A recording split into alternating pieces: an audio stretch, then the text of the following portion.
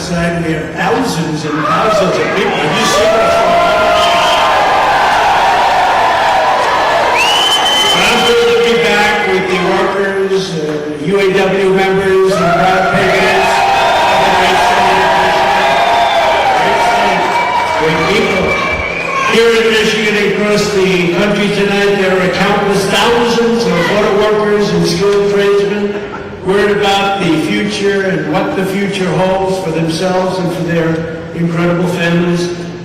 I want to begin this evening by saluting these truly great Americans who do not get the credit they deserve. You don't get the credit they deserve. Now they want to go all electric and put you all out of business, you know that, right? To the welders, assembly line workers, machine operators, forklift drivers, pipe fitters, tool and die makers, mechanics, electricians, technicians, and journeymen. We love being with you, and we love being with you right in your environment. You built this country, we love this country, and you are the ones that make our country run. You know that, right? Before I stepped into the political arena 7 years ago, I spent my whole life working alongside of Americans just like you. Spent a lot of time with you. You just don't know that, but I spent a lot of time with you and people just like you. Now, I put everything on the line to fight for you. I've risked it all to defend the working class from the corrupt political class that has spent decades sucking the life, wealth, and blood out of this country. That's why I'm here tonight to lay out a vision for a revival of economic nationalism and our automobile manufacturing lifeblood which they're sucking out of our country. I want a future that protects American labor, not foreign labor. A future that puts American dreams over foreign profits. And a future that raises American wages, that strengthens American industry, that builds national pride and that defends this country's dignity, not squanders it all to build up foreign countries that hate us. And you know where they are? They're located all over the world, but they're mostly on the other side of the world. We don't want that. Under crooked Joe Biden, you have none of the things we want. Instead of economic nationalism, you have ultra-left-wing globalism. They hate our country. And the workers of America are getting, to put it very nicely, screwed. You're getting screwed. Yesterday, Joe Biden came to Michigan to pose for photos at the picket line. But it's his policies that send Michigan auto workers to the unemployment line. He only came after I announced that I would be here. You know, he announced quite a bit later. Spoke for a few seconds. Did you notice he spoke for what? A few seconds? And he had absolutely no idea what he was saying. He didn't know where he was. He didn't know where he was. He didn't know what we were saying. Where am I? He's saying, where am I? Oh, you're in Michigan. Oh, that's good. What do they do in Michigan? They grow weed in Michigan, he said. It's Iowa and other places. Biden's cruel and ridiculous electrical. Think of this. He wants electric vehicle mandates that will spell the death of the U.S. auto industry. You know, it doesn't matter. I watch it, you're negotiating a contract, you're all on picket lines and everything, but it doesn't make a damn bit of difference what you get, because in 2 years you're all going to be out of business. You're not getting anything. What they're doing to the auto industry in Michigan and throughout the country is absolutely horrible and ridiculous. Hundreds of thousands of American jobs, your jobs, will be gone forever because crooked Joe Biden is selling out. But I don't think it's him. I don't think he actually knows what the hell he's doing. He doesn't. She says he doesn't know. He doesn't know. It's not his fault. Let's not blame him. But he's surrounded with radical left Marxists and crazy people, fascists, bad people. He's selling you out to China. He's selling you out to the environmental extremists and the radical left. People have no idea how bad this is going to be also for the environment. You know, those batteries, when they get rid of them, and lots of bad things happen, and when they're digging it out of the ground to make those batteries, it's going to be very bad for the environment. You can be loyal to American labor, or you can be loyal to the environmental lunatics, but you can't really be loyal to both. It's one or the other, and they understand that. The Democrat Party has no idea what they're doing right now. They have no idea what to do. Crooked Joe is siding with the left-wing crazies who will destroy automobile manufacturing and will destroy our country itself. They're destroying our country. You look at that at the border. We had the safest border in history. Now you look at what's happening. It's just a horror show. I side with the auto workers of America and with those who want to make America great again, and I always will.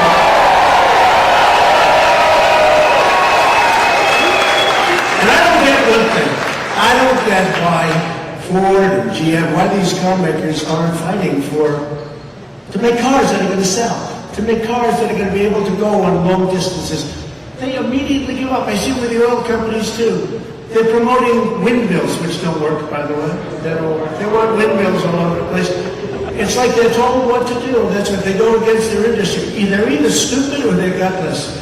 But why do they concede so fast this plant? We just walked through this plant, and the electric vehicles are going to put them out of business. They don't need any of this. The things that you make in Michigan, they don't need any of it. Why is it that these big, powerful car companies with guys that are making $35 million a year immediately quit? They say, you want electric vehicles, we'll give it to you when the damn things don't go far enough and they're too expensive. And I'm not in that business, but I know a lot about it. They don't go far enough and they're too expensive. A vote for Crooked Joe means the future of the auto industry will be made in China. That's what it's going to be. That's where they're made. My pledge to every automaker is this: a vote for President Trump means the future of the automobile will be made in America.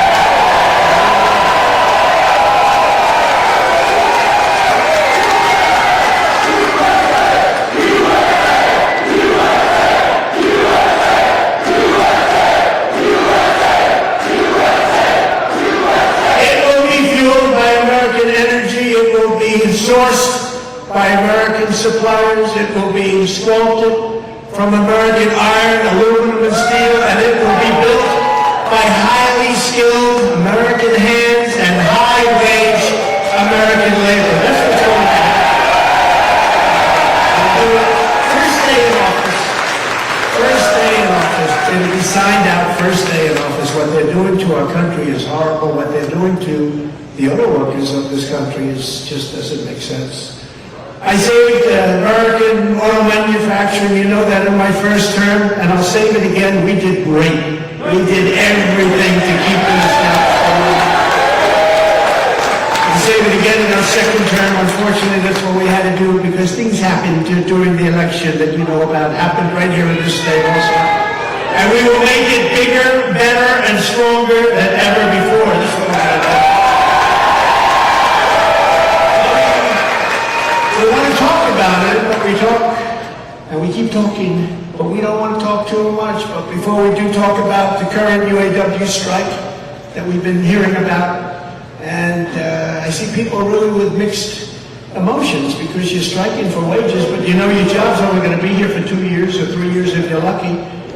How will we rescue the auto manufacturing in the United States? Let's remember. We've got to remember how we got here. For decades and decades, and I've been talking about this subject for 12 years, long before I ever thought of becoming a politician. I think that's a lot of fun. I could have had the easiest, nicest life ever. I would have had the nicest, softest life instead I have to beat these lunatics up all day long. Every day. Every day, lunatics. I never heard of the word indictment. Now I get indicted like every 3 days. He spoke badly about the election. He must be a guy. He said something bad about Joe Biden. Joe Biden is the most corrupt president and most incompetent president.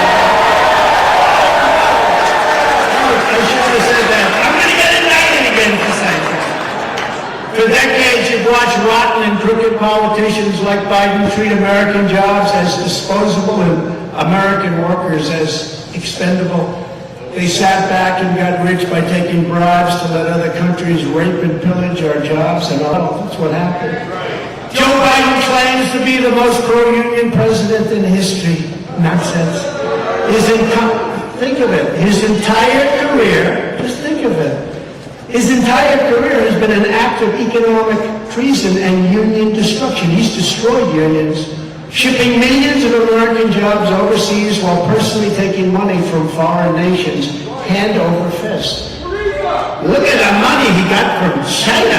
Look at what's coming out, China.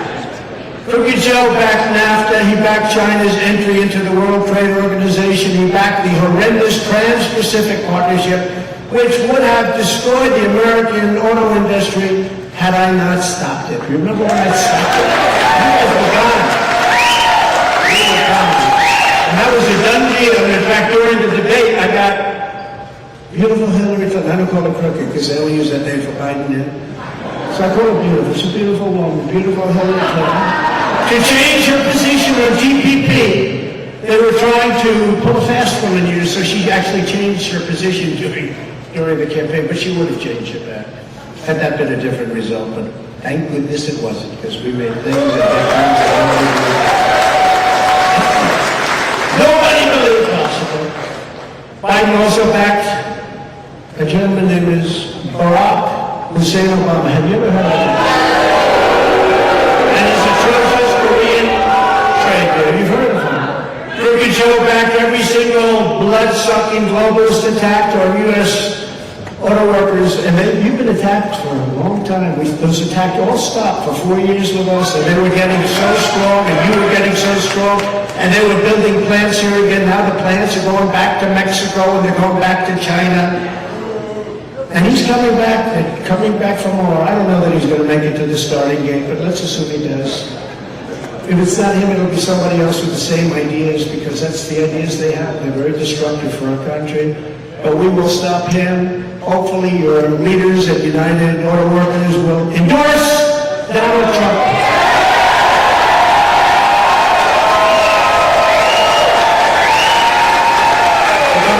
Standard history for years and decades and years and years and years. They always endorse a Democrat. It's almost like an automatic reflex, and there's no reason for it, but it's a habit. It's a bad habit. It hasn't worked, because look, you've lost 38% of your industry over the period of 25 years. Much of it's gone to Mexico. We don't talk about Mexico. Much of it's gone to Mexico. They make plants in Mexico. A friend of mine, a great supporter, but a great gentleman who builds plants. That's what he builds, auto plants. He said to me the other day, you got to see the plants we're building in Mexico. I said, well, how do they compare to the U.S.? He said, not even a contest. And I said, isn't that a shame? You remember what I did? I said, you don't give us protection at our border. I'm going to charge you a tariff of 25%. We want 28,000 soldiers on our border, and we had the safest border in the history of our country. Now we have the worst border in the history of the world, by the way. After NAFTA, the United States lost nearly 4 million manufacturing jobs and almost 1 in 3 auto jobs. Joe Biden voted on that. He gave you that. Nearly 250,000 jobs were destroyed here in Michigan alone, including 40% of all auto jobs. Think of that. In fact, I had to check this number because it's inconceivable. You would think factories. 60,000 factories closed and went overseas. Can you imagine? 60,000? But no, who would think that? When I first saw that number, I said, oh, somebody made a typographical error. Maybe it was 600 factories. Could have been 6,000, but that sounded too high. 60,000! And the good news is, if the number is wrong, the fake news will be checked with that. So I have to say, I have to give you the right numbers, otherwise the fake news is out there. Crooked Joe and his payday with the Biden family, they raked in millions and millions of dollars. You see what's going on. The news doesn't really report it, very little news reports it. But it was the men and women who got, every single day, they got up and came back home with peace in their hands, and they were the ones that paid the price. They paid a big, big price. The only time Joe Biden has ever gotten his hands dirty is when he's taking cash from foreign countries, which is quite often. It's quite often. Based on what we're seeing, it's much more often than anyone would have thought. Can you imagine an unannounced raid on his many homes? He would have made Senator Menendez look like a baby. Just like a baby. Can you imagine? You know, they gave him 3 weeks' notice. You know, they said, we're going to raid your home over documents. They gave him 3 weeks. Would 3 weeks be enough? So I can imagine. I'd like to see what he cleaned out of there. Joe Biden only cares about enriching his own family. I care about enriching your family. That's why I did this. I'm working for you, not for me. That is for sure, and I always will. I will always have your back. I promise you that. I will always have your back. When I came into office, the auto industry was on its knees, gasping its last breaths after 8 long years of Obama and Biden. But you finally got a president who stood up to the... You got to understand, I stood up to people that hate you. They hate you. Or they maybe hate our country. But I stood up for you. I stood up for the auto workers and stood up for the great state of Michigan like nobody's ever stood up before. And just as I promised, I withdrew from the Trans-Pacific Partnership, my very first victory. Remember 2016 when we won Michigan? Michigan hadn't been won in like decades. Everyone's involved. And then we did much better in 2020. I mean, I hate to tell you, we did much better. What we're going to do, so we're going to swamp them. We're going to swamp them. We actually did much better. I ended Obama's war on American energy. He had a war on American energy. Gasoline prices plummeted and soon reached $1.87 a gallon. How does that sound? Now, you know, it's over $5 and $6 and even $7 a gallon in some places, and it's going up higher and higher and higher. And I think they want that. That way you go all electric, so you can drive for 15 minutes before you have to get a charge. The economy boomed. The household incomes rose by more than $6,000 a year, which was a record. $6,000 a year during my term. A year. I ended the disaster known as NAFTA, the worst trade deal ever made, and replaced it with the brand new USMCA, Mexico, Canada. That's the best trade deal ever made, they say, in our country's history. I think the deal we made with China is even better, but unfortunately with COVID, I don't even talk about that one. But we made a lot of good deals with Japan, with South Korea, with many, many countries. We took bad deals and made them good deals. They were so bad. I used to ask my people, who made these deals? Why did they do it? Who made them? They were so bad, just on their face. With the USMCA, 75% of every car under that deal must be made in North America. In other words, they have to make 75% of the car in North America. Who ever heard of that? And a massive portion must be made by high-wage labor, which means American labor, high wage. Back in 2008, Biden and Obama promised you that they'd renegotiate NAFTA. But in 8 years, they never lifted a finger. They never changed a thing. You know, NAFTA was so bad that when it was negotiated a long time ago, decades ago, they made typographical errors, like in numbers. And they were bad typographic. They were bad for us. Cost us what? Nobody went back to change them. They were typographical errors. And we lived with it for decades, with these errors. Can you imagine that? Normally, like, that happens. You do that in deals, too. And you go back the following day, say, they made a mistake. We're renegotiating this deal. I don't care if it's signed or not. And people sort of have to do that. Legally, they have to do that. If there's an error, if there's a typography. They made typographical errors. They made errors. Maybe they weren't so typographical. Probably the other side made them look perfect, actually. You know, they probably made them. But they made these errors, and they never corrected them for years, for decades. But I corrected them. You know how I did it? By terminating it. And I know how good the USMCA deal is because Canada, as you know, and Mexico are trying like hell to renegotiate it. They want to renegotiate that deal. But in less than 2 years, I got that done, the USMCA and many other deals. I also renegotiated Obama's Korea trade deal to fully restore your protective tariff on foreign pickup trucks. They wanted to change it. The Democrats wanted it to expire, and so did South Korea badly. They didn't want it. And without that, you wouldn't even have a truck industry. Right now, it's probably the strongest part of your industry. Without that, you wouldn't have an industry. So it's something I was very proud to do. It was very not easy, but we got it done, and we got it done properly. Michigan jobs would have been exported, while millions and millions of foreign cars would have flooded American streets. That's what would have happened. Obama and Biden didn't care one bit, but I did, and I stopped it, and I stopped it cold.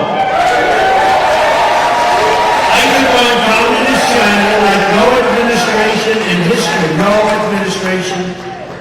in history did what I've done, bringing in hundreds of billions of dollars pouring into our treasury when no other president had gotten literally 10 cents. And I also got $28 billion for our great farmers. You know that, right? Our farmers. That's why I say, you think I'm going to do badly in Iowa or Nebraska, any of Wisconsin, any of our farm areas? I say, I don't want to be too cocky. I just got very good polls from all those ones. From everywhere. Be cocky, that's okay. But who else would have done that? $28 billion. I said to the Secretary of Agriculture, Sonny Perdue, I said, Sonny, how bad have they treated us? $28 billion over a period of about 5 years.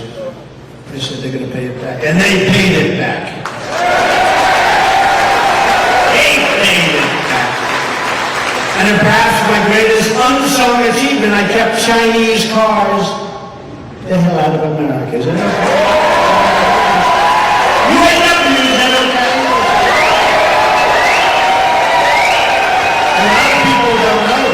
But I imposed a whopping 27.5% tariff and tax on all Chinese automobiles coming into our country. And this magnificent tariff, they can't get it off because they make so much money with it. And by the way, if they took it off, you'd be out of business right away.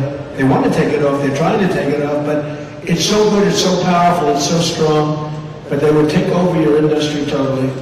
But it remains in place to this day, not because they wanted to, but because they sort of have no choice. It's no exaggeration to state that the Trump presidency and the deftly used and applied Trump tariffs and taxes saved the American auto industry from extinction time and time again. And we're going to do a version of it that's going to make you bigger and better and stronger. It's not even going to be a contest with where you are right now.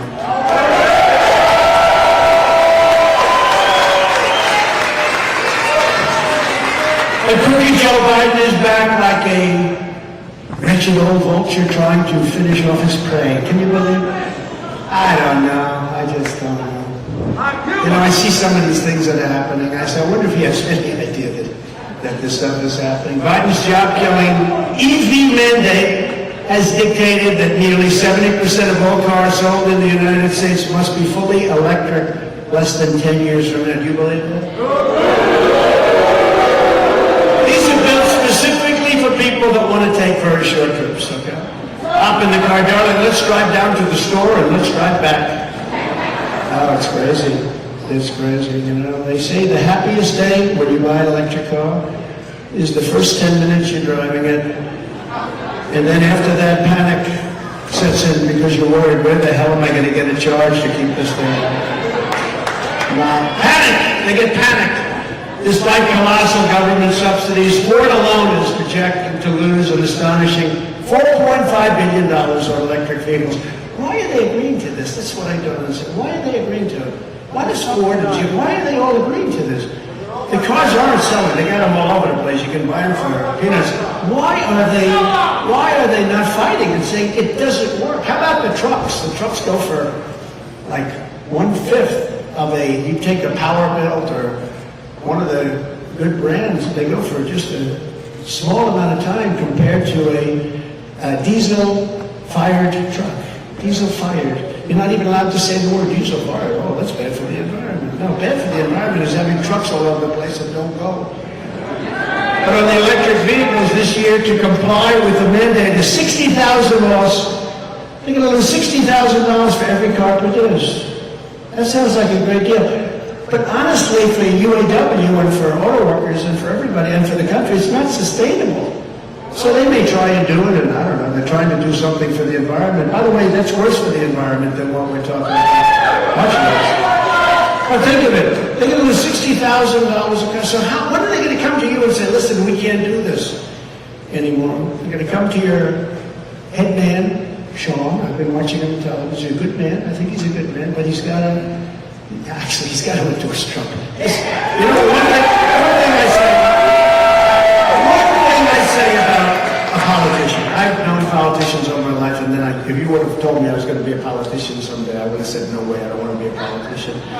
But the one thing I know is when you go out and you come out with an idea early, and then you in an election and you sort of lose that idea, you always come back to that idea. So these people are into the electric thing. They may soften it up a little bit during the election. They're coming back, and they're coming back stronger than ever. It's like Ron Desantis. You know, he tried to destroy Social Security. Now he's trying to backpedal a little bit. He wanted to bring the minimum age to 70. He wanted to destroy it. He also put a heavy hit on Medicare. What happens is now they back up a little bit, but they always go back to it as soon as the election's over. So you can't go for that. And in the case of Biden, he's coming back to electric vehicles. Now he hasn't even left yet.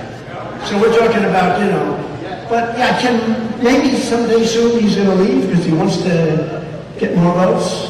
But just remember, he's coming back. They always go back to their original thought. That's where they are. I don't know why, but that's where they are. Biden's mandate isn't a government regulation. It's a government assassination of your jobs and of your industry. The auto industry is being assassinated. And it makes no difference what you get. I don't care what you get in the next 2 weeks or 3 weeks or 5 weeks. They're going to be closing up and they're going to be building those cars in China and other places. It's a hit job on Michigan and on Detroit. And that's not sustainable. These numbers are not sustainable. No company can afford to lose $60,000 a car. It's going to be more than that. All of these cars will be manufactured in foreign lands that you couldn't care less about. I want choice in schools and in the purchase of an automobile, an SUV or a truck. I want choice for my automobile, for my truck, for my SUV. And I also happen to want choice for schools. Do we agree with that? This is about auto workers and automobiles and workers, period. But I think we can say that everybody wants to see choice in schools also. If you want to buy an electric car, that's absolutely fine. I'm all for it. But we should not be forcing consumers to buy electric vehicles. They want to buy all trucks. They want to make all trucks electric. You know that, right? They're going to destroy. You talk about supply chain. They're going to destroy the supply chain. They're forcing the truckers to go all electric trucks. Now the trucks probably don't have the power.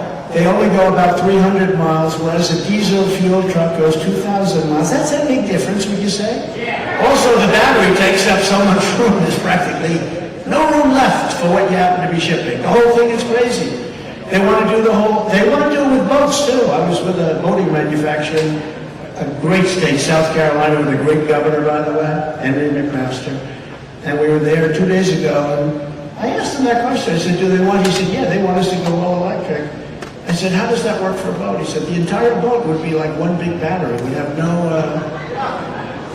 room for anything else. I said, what happens if the boat has an accident and starts sinking? Do you get electrocuted if the boat's sinking? I said, I've never thought of that, actually. I think I gave him an idea, actually.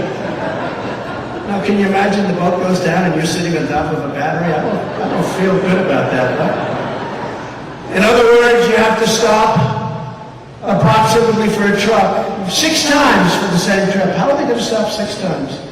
And yet, it's not stopping these lunatics in Washington. These are lunatics. These are deranged people. And I'm not saying you can't buy an electric car. If you want to buy an electric car or a hybrid or an all-gasoline car or a truck, that has to be your choice. You should have that choice. It's great. Electric cars working great for certain uses, short-term, short-distance uses. We have unlimited gasoline. Remember that. We have unlimited. China doesn't. We have unlimited gasoline. For 500 years we have gasoline, more than any other country in the world. Can you imagine? A few years ago we were energy independent. Now we're begging countries to give us gasoline. Can you imagine? Now, can you even imagine? And we had the best, the lightest, the sweetest. We have the best stuff. Now we're getting it. We're taking tar. You know what tar is? It's like tar that they have to refine. You know what they refine it? In Houston, Texas, we take tar now from Venezuela.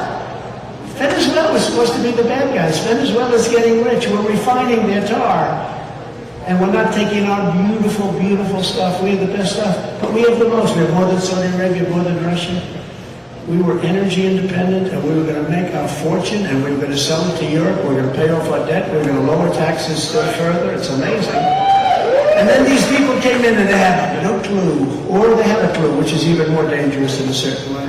Right now, electric cars don't go far enough, and they're just far, far too expensive, and people aren't going to be able to afford them. And the cost of operation is also much more. This is their option, though, if they want them. It's their option, and it's an option that some people will take, and I am all for them, but I will not allow, under any circumstances, the American automobile industry to die. I want it to thrive and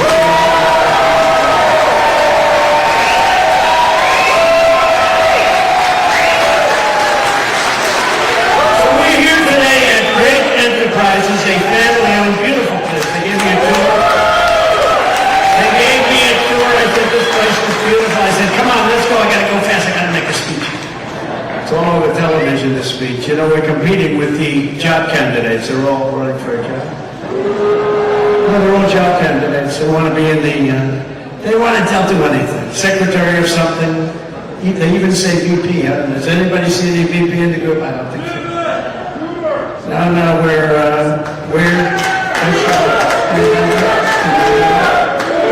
they don't have a crowd like we have. When you look at the thousands of people outside that couldn't get in, why didn't you build a bigger plant? But we're here today at Drake Enterprises, a family-owned and operated Michigan auto parts supplier that has been manufacturing in America for over 70 years. Drake was founded by a great man in 1952, Benny Stemple, right? Benny? Wait, not Benny, your father, your grandfather. An American man, you deceased, American man with a big American dream. He had a big, big, beautiful dream. Benny started with just 4 people and soon came to dominate the production of gear shift levers for trucks. Today, the company produces transmission components, driveline components, engine components, and car parts for every one of the Detroit Big Three. So I won't tell them I said bad things about them. I just want them to fight for what's right. It's common sense. But tonight I was honored to meet Benny's son Lee and Lee's children Nate and Heather. Thank you very much. Nate and Heather say their vision for this company is to prove that the American dream is still alive for their employees, like it was just for their granddad, who was so wonderful. So Lee, Nate, and Heather, we're going to help you get that job done, okay? And I want to congratulate you on 3 generations of American auto parts, proudly made in Michigan. Bad things are happening in Michigan. Your crime rate through the roof. You got a lot of businesses moving out now. It's unbelievable. Not even believable. Today, nearly 100% of Drake's business is producing components that go into vehicles with internal combustion engines, the very product that Joe Biden and the radical left Democrats, fascists, Marxists, now they want to make them, for whatever reason, illegal. Figure that one out. And yes, it's true. Today's radical Democrat Party wants to legalize drugs, shoplifting, and sexual mutilation of your children, but they want to allow your gas-powered Suburbans, Silverados, and Ford F-150s to die. They can die. Under a Trump administration, gasoline engines will be allowed. And sex changes for children will be banned. Is that okay?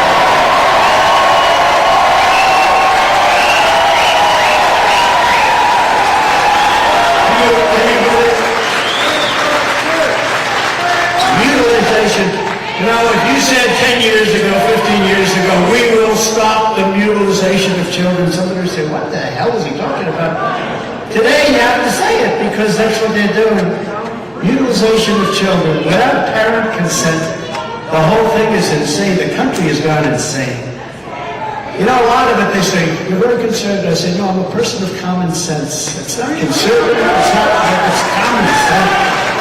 We want to have a border, we want to have good voting, we want to have same-day voting with whole paper ballots, and we want to have a thing called voter ID. Why do the Democrats not want voter ID? Because they want it cheap. We want to have voter ID. But if crooked Joe Biden gets his way, Drake employees and countless other oil workers and suppliers will really be decimated. I don't know. I hate to tell you what's going to happen, but you know what's going to happen. We're going to stop it. By most estimates, under Biden's electric vehicle mandate, 40% of all U.S. auto jobs will disappear.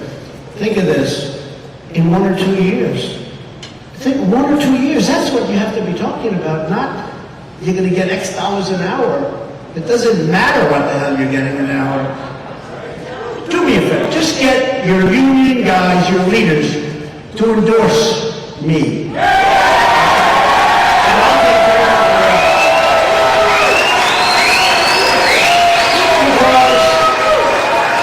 Because in looking over the statistics now, they're saying that the real number will be 100%.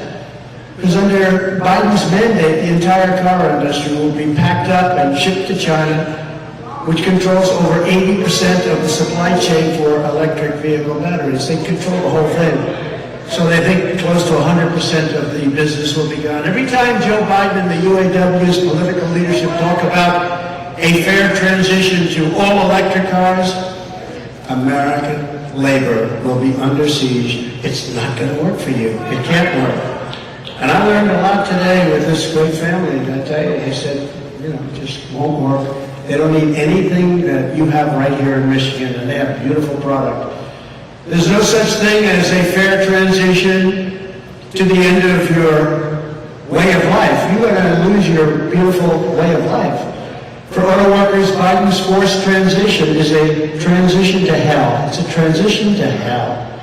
It's a transition to unemployment and to inflation without end. The inflation that you have now, we didn't have inflation. We had the greatest economy in the history of our country. You know that because you went 4 years like you've never had in your history, in the history of history. To the striking workers, I support you in your goal of fair wages and greater stability, and I truly hope you get a fair deal for yourselves and your families, but if your union leaders will not demand that Crooked Joe repeal his electric vehicle mandate immediately, then it doesn't matter what hourly wage you get. It just doesn't make a damn bit of difference because in 2 to 3 years, you will not have one job in this state. And you've seen it happen before. You've seen what happened where massive percentages of your industry went to other countries like Mexico, like China, like South Korea, like Japan. In other words, your current negotiations don't mean as much as you think. I mean, I watch you out there with the pickets, but I don't think you're picketing for the right thing. But if they endorse me in leadership, you can tell them I said it, although I have a feeling they may be watching tonight. Because, when Biden came here yesterday, they only had 11 people. I'll bet you we have 10,000 people standing outside.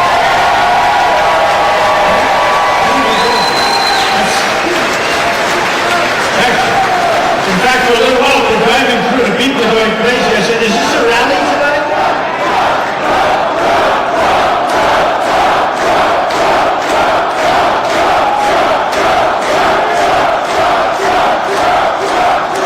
No, but I said, is this a rally? We're driving through thousands and thousands of people. We just put it online. Incredible. The great Dan Scavino put it online. Where is Dan Scavino? The great Dan Scavino, he gets everything, he sees what's going on. Thank you, Dan. One of the greats of all time, most powerful men in politics. He controls the internet. The great Dan Scavino. Get over here from the camera stand. Get over here.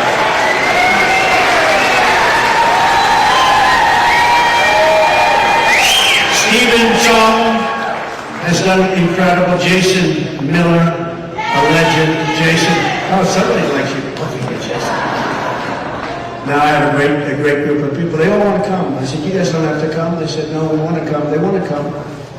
And they don't want to come to keep me from falling either. They want to come. You see that one? Now they have a new plan. How to keep this guy from standing up. We have to get him to stand up. How to keep him standing up and getting down. You know, it's so unelegant. I love those 747s, Air Force One. You know, I got new Air Force One I saved. $1.7 billion. They came to me, they said, sir, would you sign this? First day I was in office, I said, what is it? It's a new Air Force One. It's $5.7 billion. They said, that sounds like a lot of money for a plane. It's actually 2 planes, by the way. They call it Air Force One. They're identical. I mean, even the wood grain, you can't tell the difference. I could tell because there was a little nick in one desk that wasn't on the other. So I could say, that's one, and the other one's two. No, it's incredible, actually. But, you know, those planes are like 32 years old, and nobody wanted to make the move and do it because they think, oh, it'll look luxury. In the meantime, they come in from Saudi Arabia and these other countries, brand new. They're like 3 months old, and they blow it away. And, you know, our country should have the latest and the greatest. So they wanted me to do it. It was $5.7 billion. And I said, nope, it's too high. They said, why do you see that? Why are you saying that? Because Obama agreed to the deal. If they agreed to it, it's too high. So the head of Boeing came in and he said, sir, we have to get 5.7. I said, nope, I'm not doing it. I was supposed to sign it. I said, I'm not doing it, not for 5.7. It has to have a 3 on it. I didn't know what that meant, except I knew it was a hell of a cut, right? Right now?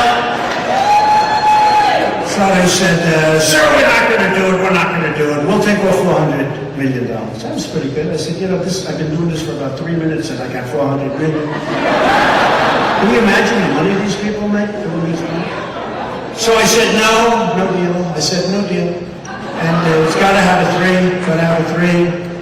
And I held out, and they called up 2 weeks later. I said, what do they want? They were called, they said, sir, we're going to take another $300 million, that's $700 million off. And I haven't done anything. I probably worked for about 2.5 minutes, and I got $700. And I just said no, and I sort of forgot about it. A month and a half later, they called me up. Sir, we'll do it for $3,999,999,999.99. And I said, you have yourself a deal.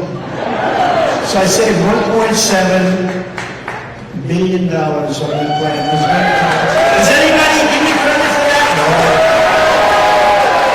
If the fake news call me and say, what a wonderful thing you did. No. That's okay. That's okay. But your leadership should endorse me, and I will not say a bad thing about them again, and they will have done their job. They will have done a proper job. In fact, if they endorse me, they will have the easiest labor leadership job anywhere in the country. They just have to sit back and watch as our auto industry reignites and booms. That's what's happening.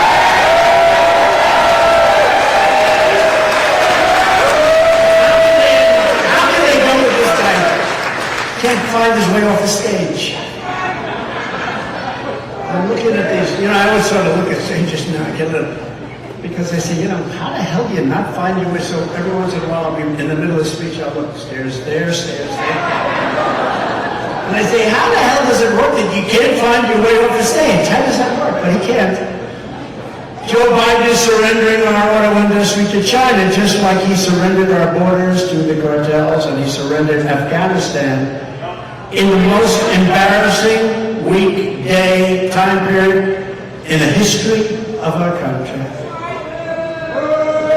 He surrendered to the Taliban, took the military out first. You don't take the military out last. So tell your UAW leadership, no problems with them. But they have to endorse Trump, because if they don't, all they're doing is committing suicide. And honestly, you don't want that to happen, because they're committing suicide on the back of your jobs, and you can't let that happen. The Democrats, as they wave the white flag of surrender over your future to other foreign countries, you can't have it. So if you could speak to Sean, he's listening right now, I'm sure. Sean, endorse Trump, and you can take a nice 2-month vacation, come back, you guys are going to be better than you ever were.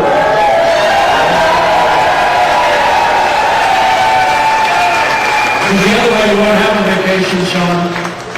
And in a short period of time, you're not going to have a union, you're not going to have jobs, you're not going to have anything. You have the strongest you've ever had. You're going to do great. You're going to do great. And it's so easy. It's common sense. Again, it's common sense. But unlike them, I will never surrender. I'll never surrender for you. And the American worker never surrenders either. Never. But you need leadership. It's nice to say you never surrender, but you need direction and you need leadership. Crooked Joe puts China first, Mexico first, Ukraine first, Europe first, Asia first, illegal aliens first, environmental lunatics first, puts everyone else first. But he puts America last, he puts our workers last, he puts the UAW last, he puts our industries last, he puts your families last, he puts everything, he does put your children last, yeah. When you think of it, probably they should be at the top of your list. Thank you very much. I'm going to use that. You mind if I use that from now? Who said that? Who puts your children last? That's going at the top of my list.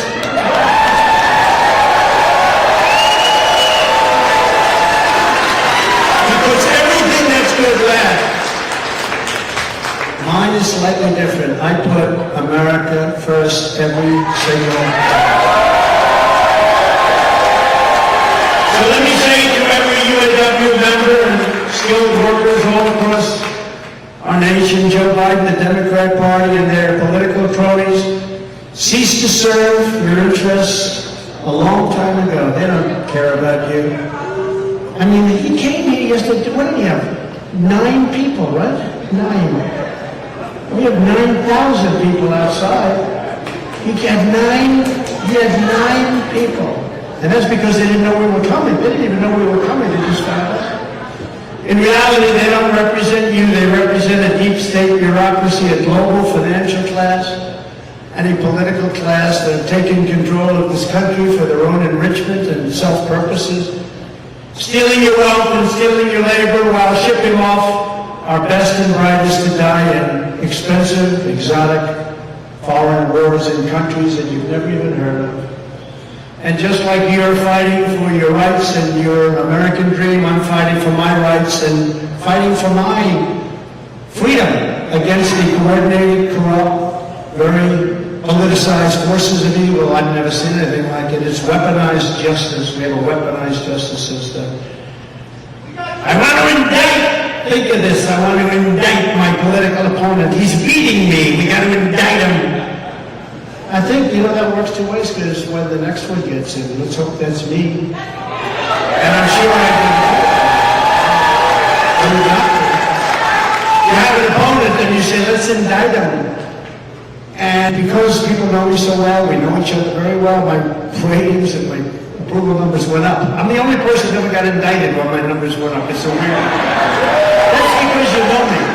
I didn't take a salary. I worked my ass off. And we did a phenomenal job. We did a phenomenal job for this country. For the first time ever, I never thought they indict their political opponent. And what that does is it sets off a chain of events that's very dangerous in future years. It could happen to them very easily. The reason Crooked Joe and his thugs are trying so hard to stop me is that in my first term I disrupted all of it. Oh, did I disrupt? That was called major disruption. And in my second term, which we're sort of having now, but I don't want the results, right? I don't want the results of this second term. This second term is a disaster for this country. Worst president, think of it, there's never been a president like this. I say that you could take the 5 worst presidents in history, add them up, and he's done a worse job than all of them added up, but now I'm changing it. I think I can make it to 10, because nobody, you look at our border, you look at everything, you look at our woke military. I defeated ISIS, our military was so great, I rebuilt it, but you look at what's happening in this country, it's horrible. But in my second term, we'll finish the job, and we'll get rid of the cheaters, the liars, the scammers, and the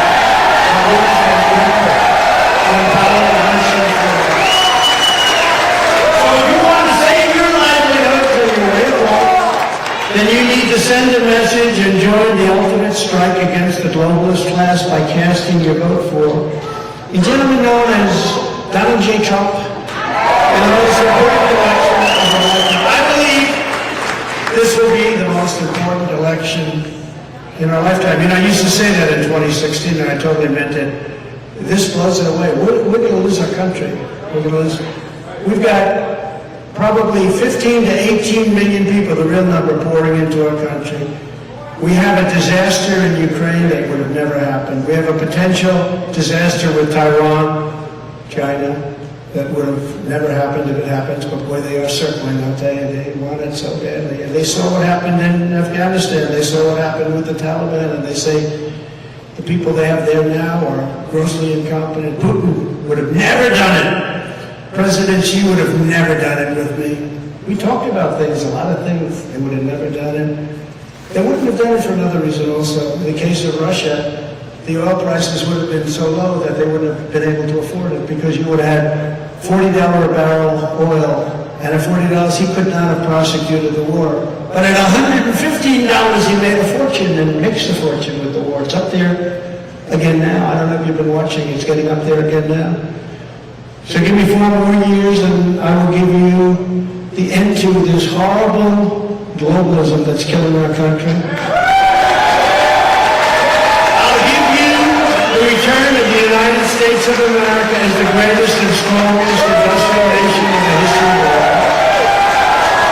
Together we will dismantle the corrupt power structure that has feasted on the suffering of the American auto worker and the workers of any kind, not just auto workers, workers of any kind. We will cast from power the financial forces that have turned American cities into ghost towns to build skyscrapers in Beijing, China. We will wield every lever of government to defend you and to hold accountable those who have profited from the betrayal and suffering of the American factory workers. So sad to see.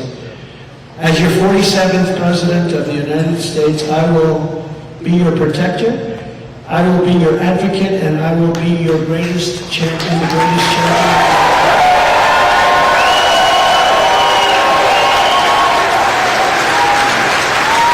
On day one, I will terminate Joe Biden's electric vehicle mandate, and I will cancel every job-killing regulation that is crushing American auto workers. I will unleash a thing called American energy, stop the ban on the internal combustion engine, and we will drill, baby, drill, and we will make zero environmental difference. It will have zero environmental difference, zero. In fact, if anything, it's probably cleaner than what they're doing. But it will save your family a yearly fortune and give you a much better way of life. You're losing your way of life. I will then go to every foreign country where we're paying billions and billions of dollars for their military defense, as I was doing before, and tell them that if they do not massively increase their purchases of Ford, Chevys, GMs, and Jeeps, our troops are packing up and we're coming home. You got to buy our products. That's going to be the least amount. And if we can afford to send hundreds of billions of dollars to Ukraine, then we can afford to have an auto industry that pays our workers a good living wage and keeps our workers working. Having a vibrant car industry is far more important than almost anything we can do for a very important thing called national security. We need a rebirth of loyalty in this country. To that end, we will bring back a very beautiful word, protection, financial protection. You're going to be protected financially while we still have the power to do it, you know. There's a run on our currency. They want to take away our currency standards. If that happens, that's the worst thing to happen maybe in our country's history. It'll put us in a much different position. But take a look at what's happening. Countries are leaving our standard. In reality, protectionism never truly went out of fashion. Corrupt politicians just stopped protecting American jobs and workers, and they started protecting the jobs and workers in China, Mexico, Germany, South Korea, Indonesia, Thailand, and Vietnam, many other countries too. Under the Trump presidency, patriotic protectionism will be the new American way. We want to be protected. That's what we have our government for. We want protection in many ways. We're going to stop the crime in our cities, and we're going to stop the crime in our country. And we're not going to be nice about it. We're not going to be nice about it. That means protecting our workers, protecting our wages, protecting our jobs, protecting our industries, protecting our communities, and protecting our great, something you don't hear about very much anymore, a great American dream. We had an American dream. You don't hear about that with this guy. This guy walks up yesterday, looks like he's going to fall over standing in front of some people. Looks like he's going to fall over. This is not a leader. The whole world is laughing at us. They respected your leader. Whether you like your leader or not, they respected your leader. They said, we're not going to mess. We're not going to mess. Upon taking office, I will impose an across-the-board tariff on foreign-made goods. I will also pass the Trump Reciprocal Trade Act. That means that if China or any other country makes us pay a 100 or 200 or 300% tariff or tax, we will make them pay a reciprocal tariff of 100, 200, or 300%.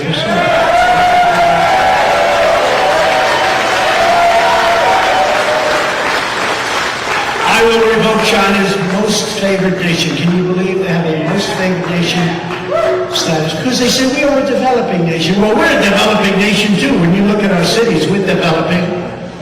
We're developing in the wrong way. They are doing the worst job. Democrat mayors, Democrat governors. And we will impose stiff penalties on China and other trade abusers. Foreign auto parts manufacturing will be among our first targets. We're going to bring it home from China and other foreign countries on a very grand scale. That's you. All right? That's you. And because we want all Americans to win and win big from these policies, we will insist that as tariffs on foreign countries go up, because they tariff us crazily, and then we have these stupid people, some congressmen, some senators that say, no, sir, we shouldn't tariff them, but they're tariffing us. Doesn't matter, sir, it's free trade. I say, is this guy okay?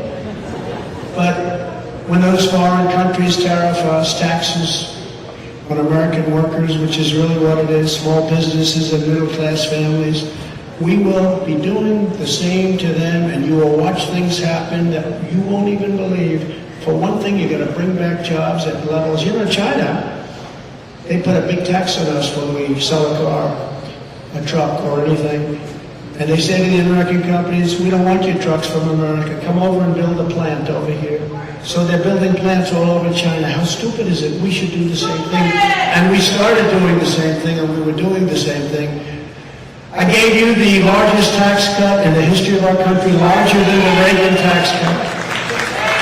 And we'll do it again. We'll deliver tax cuts, the likes of which you've never seen before. You will do better, make more money, and have a more secure job than you've ever had before. Best of all, they will be fully paid for by outsourcers and foreign producers who will be paying trillions and trillions of dollars into our treasury for the privilege of doing business in the United States of America. Isn't that nice?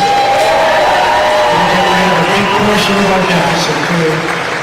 We're going to tariff and tax them, and you, the American worker, will be the primary beneficiary. And in conclusion, I don't need to tell anyone in this room what the globalists and trade abusers did to the people of Michigan.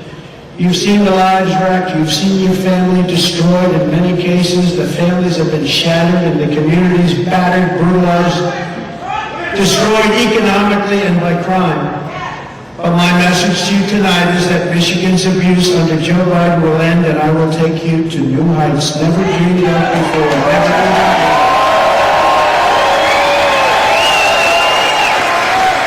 The Wall Street predators, the Chinese cheaters, and the corrupt politicians have hurt you. I will make you better. Very simple. I will make you better. For years, foreign nations have looted and plundered your hopes, your dreams, and your heritage, and now they're going to pay for what they have stolen and what they have done to you, my friends. We'll do it together. We're going to take their money. We're going to take their factories. We're going to rebuild the industrial bedrock of this country like it used to be many, many decades ago. By the time this battle is over, the rusted out factories will not be here in Michigan. They'll be in Beijing, Shanghai, and other parts of the world. Making it up. It'll be hard. The gleaming new buildings and roaring production lines will be built in Lansing and Flint and Sterling Heights and Grand Rapids and Buffalo, Uruguay, and Detroit. Ladies and gentlemen, I've been preparing my entire life for this battle. We did such a great job 4 years ago. We were unfairly interrupted. Let's be nice about it.